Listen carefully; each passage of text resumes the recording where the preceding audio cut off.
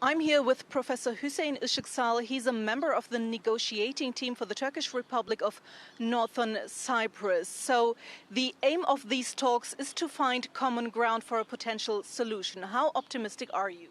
Well, we are very optimistic because we are very well prepared for these meetings. And as you know, Cyprus negotiation process continued from 1968 on, and from 1977 on, we have a negotiation process continuing on the federal basis. But now it's an exhausted model. So we have to bring new ideas, new fresh ideas. We have to think out of the box. And in this respect, I'm very hopeful because our solution model, which is based on sovereign equality and equal international status, arguably is the most fair, most sustainable and most practical model that could be benefited not only by the two peoples of the island, but also for the regional countries and also for Turkey and Greece. And do you think your model of a two-state solution will appeal to the parties involved, especially the Greek side, which the Turkish Cypriot side says does not consider the Turkish Republic of Northern Cyprus as an equal partner?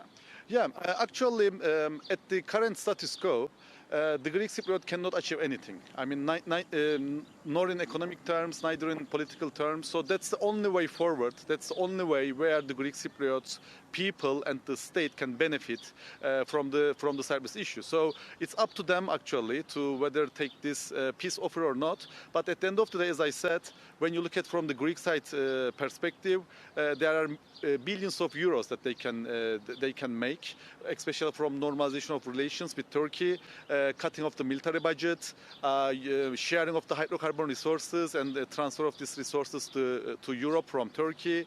And also they will be a Hellenic state, which they want from the very beginning on their own state. So when you look from this perspective, although it can take some time for the Greek side to accept these realities, as I said, our model is good for both sides of the island.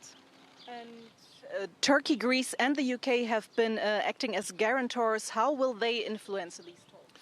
Well, that's the nature of the Cyprus problem, because the Cyprus problem is never between Turkish Cypriots and Greek Cypriots.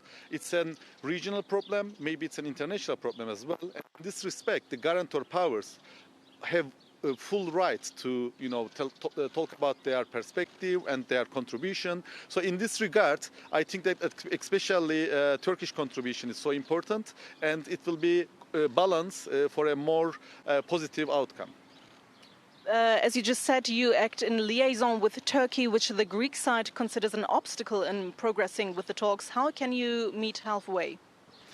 Well, that's a good question, and actually it all depends to all the sides' position, because the Greek side has this hegemonic mentality, which they believe that they are the only sole government, sole legitimate government of the island. So first of all, they have to change this mind. They have to understand that Turkish Cypriots has an inherent sovereignty rights. We are equal people, equal partners of this island. So unless they change this mentality, unfortunately we cannot reach anywhere. But once they make positive steps forward, I think they will find an application from the Turkish Cypriot side.